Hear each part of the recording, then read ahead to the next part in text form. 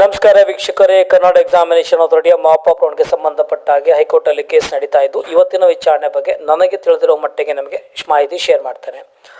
ಇಲ್ಲಿ ಸಿಂಪಲ್ ಆಗಿ ಹೇಳಬೇಕಂದ್ರೆ ನೋಡಿ, ಇಬ್ಬರು ನ್ಯಾಯಾಧೀಶರ ಒಪಿನಿಯನ್ ಬೇರೆ ಬೇರೆ ಇದೆ. ಸೊ ಹಾಗಾಗಿ ಅಂದರೆ ಇಬ್ಬರು ತೀರ್ಪು ಬೇರೆ ಬೇರೆ ಆಗಿರುವ ಕಾರಣದಿಂದಾಗಿ ಅದನ್ನು ಬೆಂಚ್ ನಂಬರ್ 3ಗೆ ಟ್ರಾನ್ಸ್ಫರ್ ಮಾಡಿದ್ದಾರೆ. ಹಾಗಾಗಿ ಇವತ್ತೇನೆಲ್ಲ ಮಾಹಿತಿ ಅದನ್ನು ಟೈಪ್ ಮಾಡಿ ಬೆಂಚ್ ನಂಬರ್ 3 ಕಳಿಸ್ಬೇಕು. ಅವರು ಅದನ್ನು ಕಂಪ್ಲೀಟಾಗಿ ಸ್ಟಡಿ ಮಾಡಬೇಕು. ಸ್ಟಡಿ ಮಾಡಿದ ನಂತರ ಒಂದು ಡೇಟ್ ಕೊಡ್ತಾರೆ.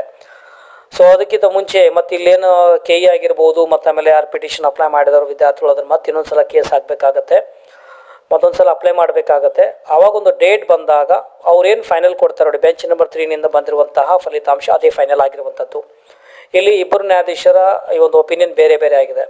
ಸೊ ಮೊದಲೇವರು ಏನಪ್ಪ ಅಂದರೆ as per the rules K E ಏನಿದೆ ನೋಡಿ ಆ ಪ್ರಕಾರ ಕಂಟಿನ್ಯೂ ಮಾಡಿ ಫ್ರೆಶ್ ಅಲಾಟ್ಮೆಂಟ್ ಮಾಡಿ ಡಿಸೆಂಬರ್ 2 ಒಳಗಡೆ ಕಂಪ್ಲೀಟ್ ಮಾಡಿ ಅನ್ನೋದಿದೆ. ಇನ್ನೊಬ್ಬರದ್ದು ಎರಡನೇ ಮಾಹಿತಿ, ಇನ್ನೊಬ್ಬ ನ್ಯಾಯಾಧೀಶರ ಬಗ್ಗೆ ಹೇಳಬೇಕು ಅಂದರೆ ಅವ್ರು ಹೇಳಿರುವಂಥ ತೀರ್ಪು ನನಗೆ ಭಾಳಷ್ಟು ಕನ್ಫ್ಯೂಷನ್ ಇದೆ. ಒಟ್ಟಾಗಿ ಹೇಳಬೇಕಂದ್ರೆ as per the schedule December 10ನೇ ತಾರೀಕು ಒಳಗಡೆ ಕಂಪ್ಲೀಟ್ ಮಾಡಿ ಅಂತ ಇದೆ. ಬಟ್ ಇಬ್ಬರ ಒಂದು ಒಪಿನಿಯನ್ ಬೇರೆ ಬೇರೆ ಇದೆ. ಅದನ್ನು ಹಾಗಾಗಿ ಬೆಂಚ್ ನಂಬರ್ 3ಗೆ ಅದನ್ನು ಟ್ರಾನ್ಸ್ಫರ್ ಮಾಡಲಾಗಿದೆ. ಯಾವುದೇ ರೀತಿ ಇನ್ನೊಂದ್ಸಲ ಹೇಳ್ತಾ ಇದ್ದೀನಿ, ಸಿಂಪಲ್ ವೇನ್ ಹೇಳ್ತಾ ಇದ್ದೀನಿ, ಯಾವುದೇ ಡಿಸಿಷನ್ ತೆಗೆದುಕೊಳ್ಳೋಕ್ಕಾಗಿಲ್ಲ, ಒಂದೇ ಡಿಸಿಷನ್ ತೆಗೆದುಕೊಳ್ಳೋಕ್ಕಾಗಿಲ್ಲ, ಎರಡು ಬೇರೆ ಬೇರೆ ಒಪಿನಿಯನ್ ಬಂದಿವೆ.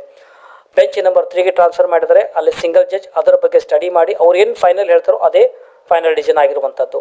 ಓಕೆ, ಅದಕ್ಕಾಗಿ ವೇಟ್ ಮಾಡಬೇಕಾಗತ್ತೆ. ನಾಳೆ ನಾಡಿದ್ದು ಡೇಟ್ ಕೊಡ್ತಾರೆ ಅನ್ಕೋತೀನಿ. ಅದು ಬಂದ ತಕ್ಷಣ ಸೊ ನೋಡೋಣ ಏನಾಗುತ್ತೆ ಅಂತ. ಏನೇ ಮಾಹಿತಿ ಬಂದರೂ ಶೇರ್ ಮಾಡಲು ಪ್ರಯತ್ನ ಮಾಡ್ತೇನೆ. ಓಕೆ, ಸೊ ಇನ್ಸ್ಟಾಗ್ರಾಮ್ನ ಫಾಲೋ ಮಾಡಿಲ್ಲ ಅಂದರೆ ಮಾಡಿ, ಯೂಟ್ಯೂಬ್ ಸಬ್ಸ್ಕ್ರೈಬ್ ಮಾಡಿಲ್ಲ ಅಂದರೆ ದಯವಿಟ್ಟು ಮಾಡಿ. ಮತ್ತು ಸಿಗೋಣ ಮುಂದೆ ವಿಡಿಯೋದಲ್ಲಿ. ಟೇಕ್ ಕೇರ್, ಚಲ್ ಬಾಯ್.